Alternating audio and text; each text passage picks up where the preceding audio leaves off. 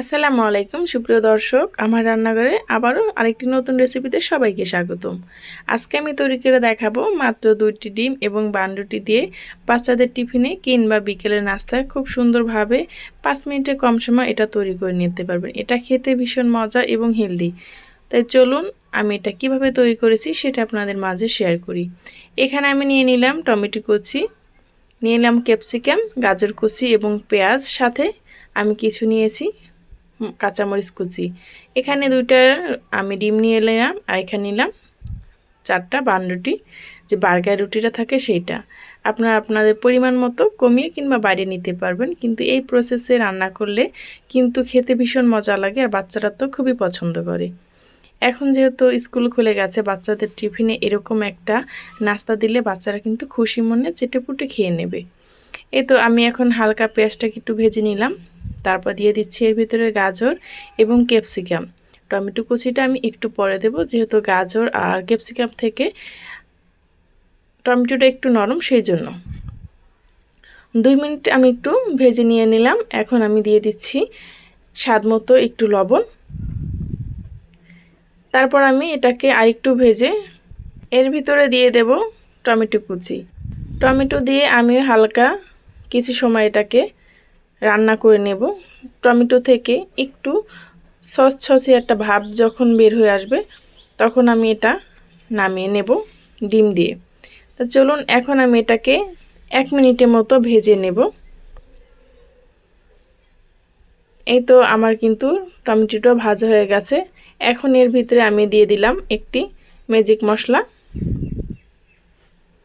এই মশলাটা অবশ্যই দেওয়ার চেষ্টা করবেন। এই মশলার যে একটা সুন্দর ফ্লেভার, এটা কিন্তু নাস্তাটার সাথে খুব ভালো যায়, সেই জন্য। এখন আমি যে 2 ডিমটা রেখেছিলাম সেটা ফাটিয়ে একটি বাটিতে নিয়ে নিলাম। এখন টমেটো গাজরের সাথে খুব ভালোভাবে এটাকে আমি মিশিয়ে নেব। আমি ডিমটা দিয়ে 1 মিনিটের মতো অপেক্ষা করব, যাতে করে গাজর, ক্যাপসিকাম এবং টমেটোর সাথে এটা একটু লেগে যায়। তারপর আমি একটু পর এটাকে ভালোভাবে নেড়েচেড়ে মিশিয়ে নেব। দেখতেই পারছেন, এটা তৈরি করা খুবই সহজ, কিন্তু খেতে ভীষণ মজা। আপনারা কিন্তু এটা সকালের নাস্তা হিসাবেও এটা খেতে পারেন। এখন আমি এটাকে উঠিয়ে নিচ্ছি। এটাকে আমি কিন্তু শুকিয়ে ফেলিনি, একটু হালকা ভিজা ভিজা থাকতেই কিন্তু আমি এটাকে নামিয়ে নিচ্ছি।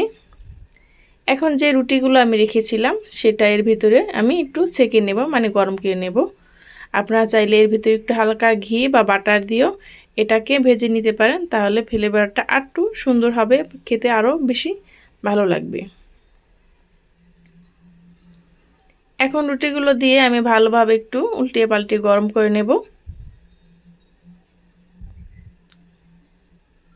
এই তো এখন যে মশলাটা আমি তৈরি করে রেখেছিলাম সেটা এর ভিতরে দিয়ে দিচ্ছি। এভাবে করে আমি সবগুলো নাস্তা তৈরি করে নেব।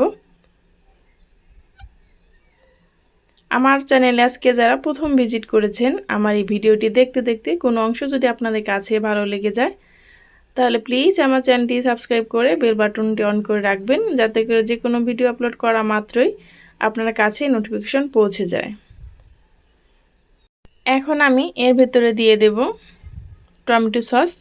এই সসটা দিলে কিন্তু এটার স্বাদ আরও বেশি বেড়ে যাবে, সেই জন্য অবশ্যই এই সসটা দেওয়ার চেষ্টা করবেন। সসটা দিয়ে আমি একটু চামচ দিয়ে ভালোভাবে এটাকে মিশিয়ে নিচ্ছি। আর এই নাস্তাটা কিন্তু খেলে সত্যি পেট ভরে যাওয়ার মতো একটি নাস্তা। এই তো আমি আমার পরিমাণ মতো তৈরি করে নিয়েছি। এখন উপর থেকে যে বানগুলো ছিল সেটা আমি দিয়ে দিলাম। এটা আপনারা এগ ভেজিটেবল বার্গার বলতে পারেন। এতক্ষণ পর্যন্ত যারা আমার সাথে ধৈর্য ধরেছিলেন তাদেরকে যেন অসংখ্য ধন্যবাদ। পরবর্তী ভিডিও নিয়ে আসা পর্যন্ত ভালো থাকবেন, সুস্থ থাকবেন। আল্লাহ হাফেজ।